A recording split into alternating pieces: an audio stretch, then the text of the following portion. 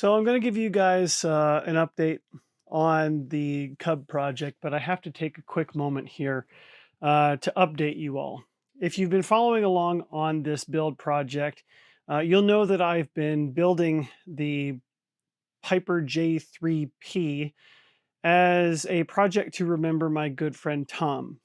I've not mentioned his name before out of respect of his family's privacy, but I'll at least give you his first name, Tom. And Tom passed away this week. I was literally one day shy of finishing this project. And anyway, I just want to take a minute and let you all know that he was a good friend. Tremendously talented machinist and wonderful, kind human being that knew right from wrong and was not afraid to stand up for what was right and let people know that what they were doing was wrong. So very strong moral compass in him. So if you've lost someone else in this hobby, the next couple of seconds are just a moment of silence for Tom and for your friends.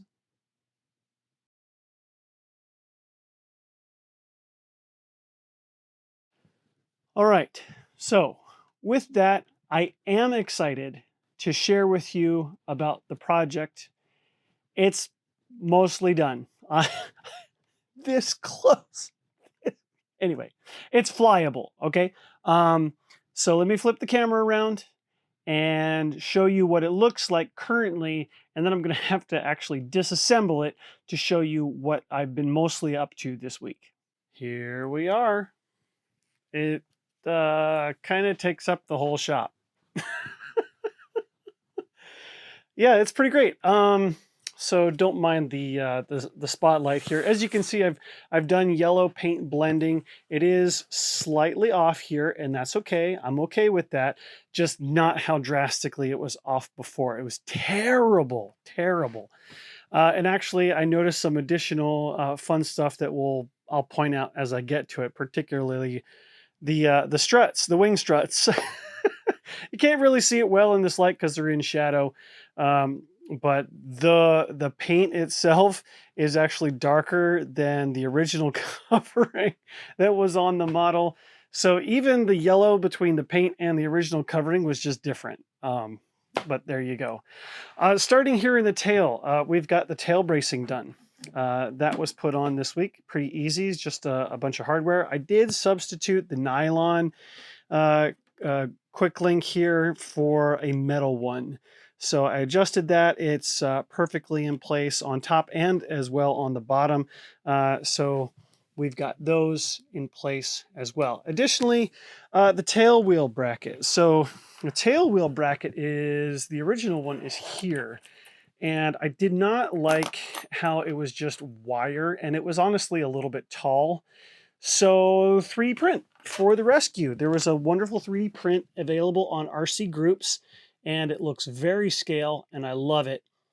And I treated it with acetone. I did an acetone paint job on it beforehand just to soak it in, get it nice and solid. And man, I've dropped the tail a number of times, and it's good. We're good. I mean, just it's working great. I think it'll do the job quite nicely.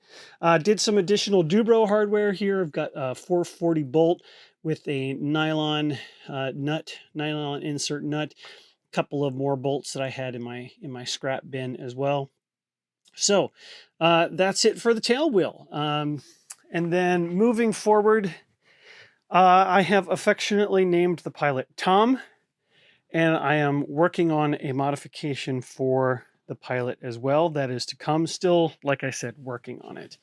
But as you can see, the wings are done, and I'm gonna go under the wing just to show you. I did the push rods and the control horns. Everything is installed. I used button head cap screws, the wood ones, rather than the ones that clamp, because the screws wouldn't have been long enough to go through this wood.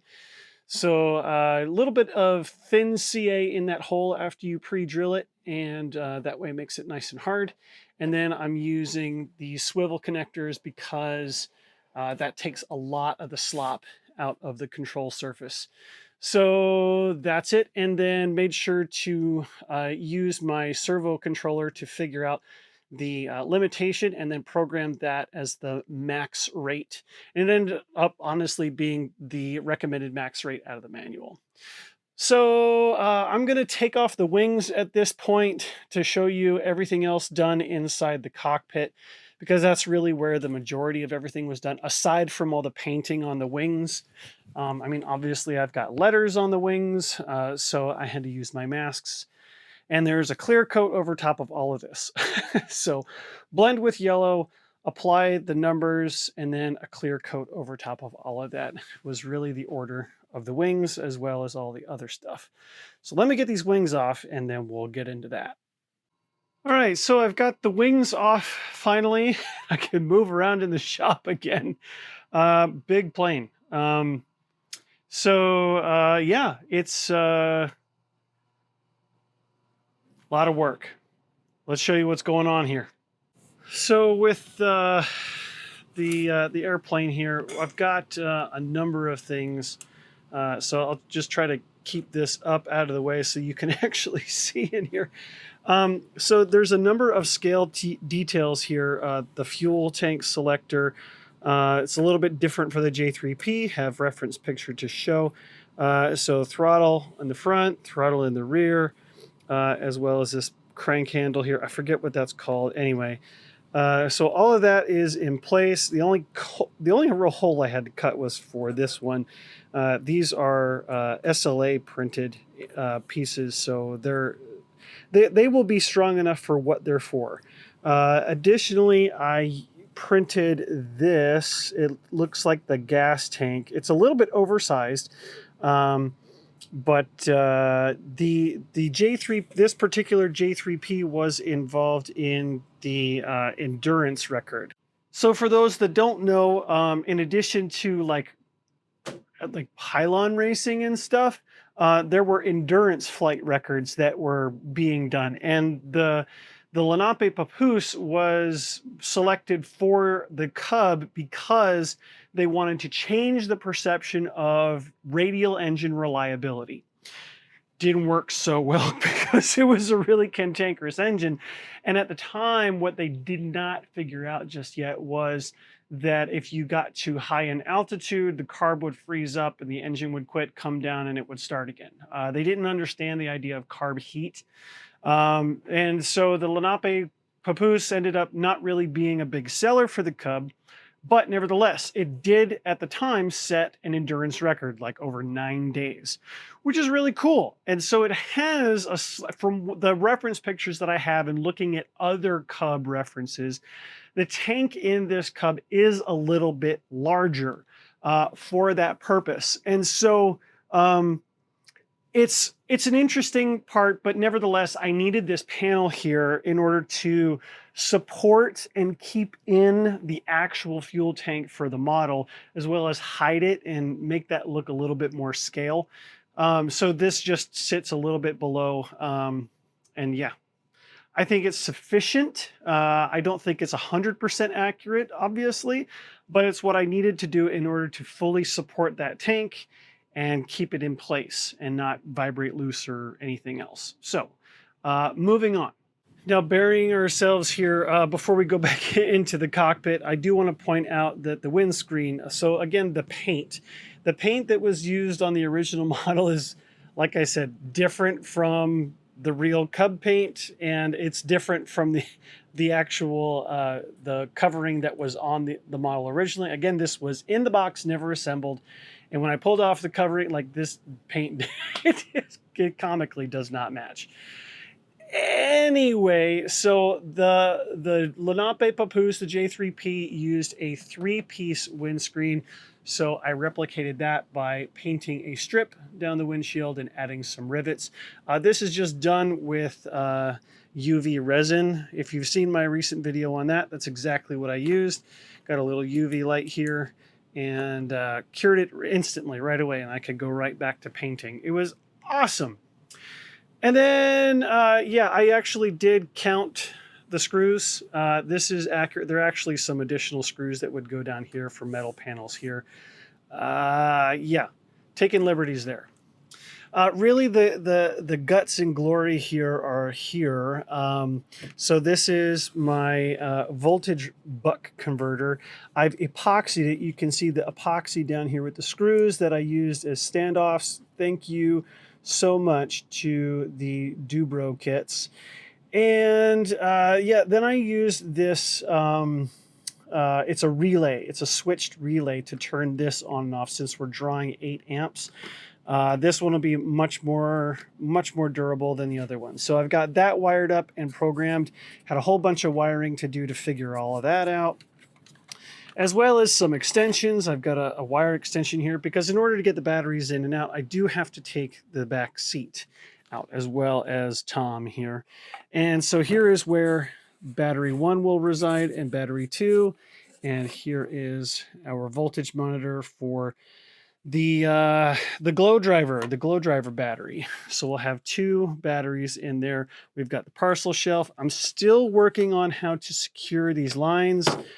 I'm kind of at an impasse. I don't know what to do. I've tried some double-sided tape and it doesn't want to stick too long. I mean, it sticks, but then it'll come unstuck.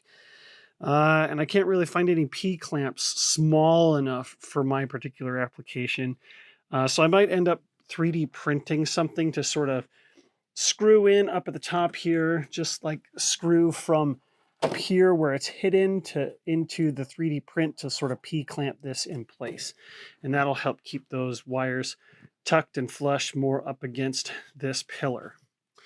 So lots of wiring, lots of things to install in the cockpit. I've also got, you know, these brace bars that I had to install as well.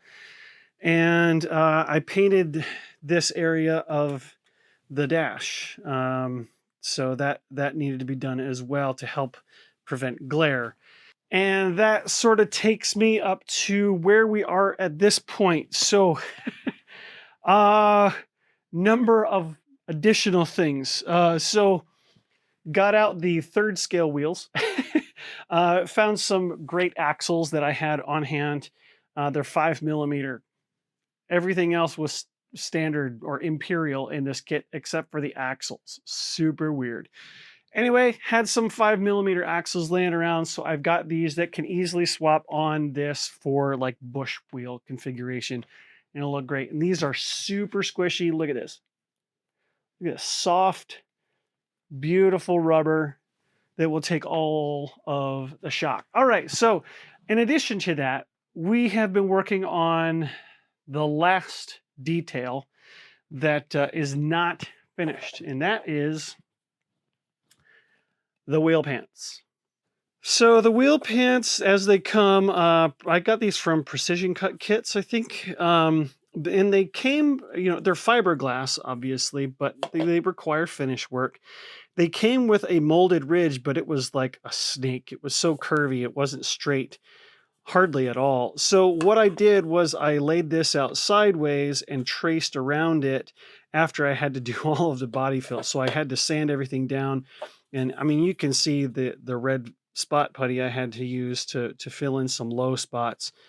And then from there, I used a cardboard aided design. It's just cardstock, and traced this onto 1/64 inch plywood. And then once it's like at least 2 centimeters all the way around. And once that was glued in place along a center line, then I was able to trim. 1/64 inch ply is really, really thin, and you can actually cut it like cardstock with scissors. Fun fact. Yeah, I used scissors, pulled it right out of the drawer and snip, snip, snip. Needed to trim a few places. Ended up using some sandpaper as well as a Dremel sanding drum just to help shape things to get it to position on the wheel pant and get some final fitment. There were some gaps. The gaps were particularly around this trailing part here, just a little bit of gap. And honestly, it filled in quite nicely with more of the UV resin. Once I had it, I used thick CA to get it to stick down, but filling those gaps with the UV resin and the instant cure, man, it was a lifesaver. It sands really smooth and nice, and I'm really happy with this. So where that leaves us is, how do we attach this? Now, part of the reason that I sort of delayed working on these, I didn't really delay, it just sort of worked out that way, because fiberglass is a lot of work.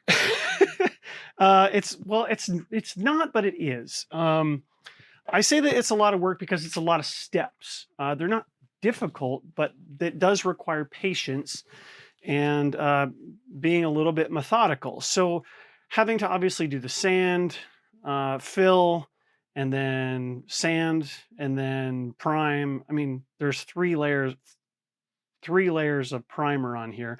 I did an auto body fill layer, sanded it all back, and there was nothing there. So I did a light prime layer, and just because you need the white base, it needs a different primer.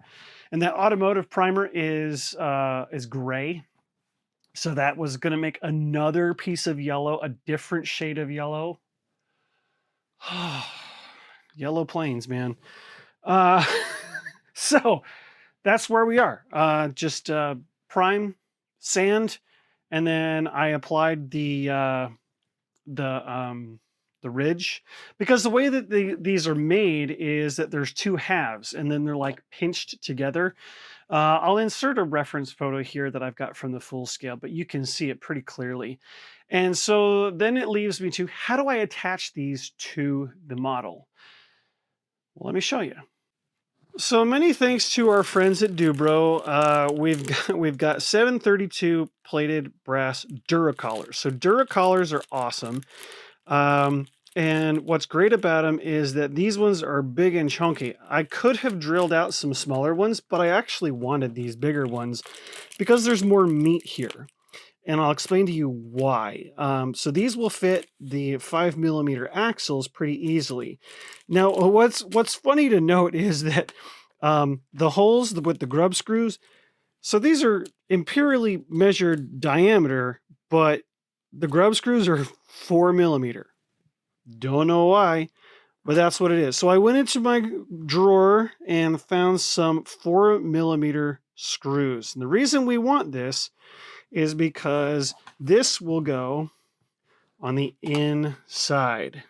So how do we get there? Well, I started with the dimensions of the Duracollar, and I developed a 3D print. And I printed it specifically really tight. I'm using PETG plastic for this. Very strong, and for this application, it kind of needs to be. So what we're going to do is we've got these two button head screws. These are number 6 flat button head screws. And we're going to position this right in there. And then we're going to drill 2 holes. And that is how the wheel pant will stick to this device. This device with the wheel pant will then go between the wheel and the airplane. And the reason that we have this long nut rather than use the grub screw is because the grub screw would only go through the Duracollar. Well, we want the screw to go through the Duracollar as well as this printed nylon piece so that we prevent this from rotating. So this will be tightened down onto a flat spot on the axle so that the Duracollar won't rotate, and then this will not rotate based off of how it interacts between the press fit, very tight press fit of the Duracollar in this, as well as the bolt going through both of them. Is that clear? I hope that's clear. I don't really know how to explain it much better. And I wish I could show it to you, but I wanted to show you in this video where we're headed and the milestone that it is, that the airplane really is almost complete. Now, they say that scale airplanes are never done until you just say, I'm not doing any more. There will be refinements to come on this airplane, for sure. I haven't run the engine with the cowl on, so there may be intake hole modification for cooling air. There are some additional exhaust modifications that I may need to make. a ton of unknown things because I haven't run the engine. It's finally cold here, and being a glow engine, I'm not going to try until it's warm again. So I'm going to get this to a point where it's assembled, ready to go. I've got all the accessories. I've got my plastic box ready to go that will go in the cockpit, where I've got all my spares, my spare hairpins, some other spares, as well as like my wing bolts, so that the airplane can just go to the field and we can have a good time. Now, that being said, this has been an absolute labor of love. And before I really want to reassemble this and get some nice shots of it outside in the sunshine, even though it is freezing outside. But I do want to show you these struts. So these are really good, high quality struts that come with this. A very nice scale detail with like hairpins and all this other stuff, like quick release stuff, anti-vibration, little pieces of tubing there. It's really well made. It's just a very different yellow. It's a little bit darker rather than too light. So I thought about shooting a blending coat on these, but I'm honestly on the fence about that because a lot of this is metal parts and it's just going to chip off anyway. You can see that just from the installation, there's already been some stuff chipping off literally everywhere on the interactions of the metal pieces. And then there's some ugly spots on it anyway. It's on the top side. Yeah, it's on this one. You can't really see it easily on camera, but trust me, it's there. Came like that out of the package, even though it was bubble wrapped. But maybe another time, if it bugs me too much in the sunshine, and I can certainly revisit that since I know my own cheat code. All right, so a lot of talking because I really have been focused on working on this. I took the week off of work to celebrate Thanksgiving, and now we're moving into the Christmas holiday. Yeah, lots more building to go. I've got another project lined up. You guys know that I'm on a streak. I'm building the airplanes for me. This is a forever airplane that I will never get rid of, and it will be with me until the day I die or it dies. So pick one or the other. Anyway, let's get this airplane together and we'll get some nice beauty shots for you guys, and we'll wrap up.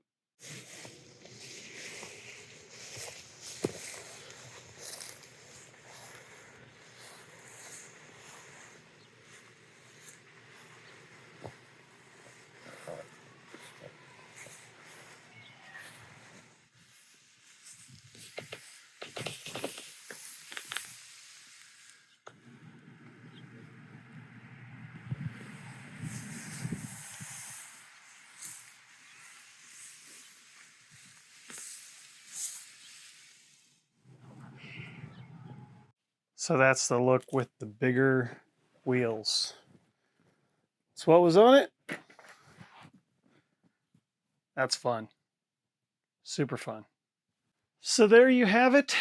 It's been a very fun labor of love. I will continue to wrap up a couple of things on this, particularly the wheel pants, and reach out to some friends for some suggestions on what to do about these servo wires. Just a couple of odds and ends. I mean, just literally just a handful of odds and ends, and this thing is ready to go. I'm going to make a wing bag. I sew my own wing bags, so that's on the to-do list as well. I got a package full of moving blankets from Amazon. Easy solution. Cut them up and sew them into the shape you need. Yeah, so you got the wing tube, and I'll probably end up having to remove the struts and have a separate pocket for each strut. And that way we'll be able to just do some basic assembly at the field. Shouldn't take long. Honestly, most of the assembly is going to be in the cockpit, getting the battery stuffed in and connected before putting the wings on. But yeah, really easy. Looking forward to spending more time with this model. And of course, I'll bring you all along for the ride there. But it is not the time of year to do that. So don't be in too much of a hurry to see that. It will be forthcoming. Anyway, until next time, I encourage you all to stop over at Dubro at dubro.com, and use code Josh10, and it'll save yourself a little bit of money if you don't have another coupon code that works out better for you. And until next time, guys, continue to work on your memorable flying works of art.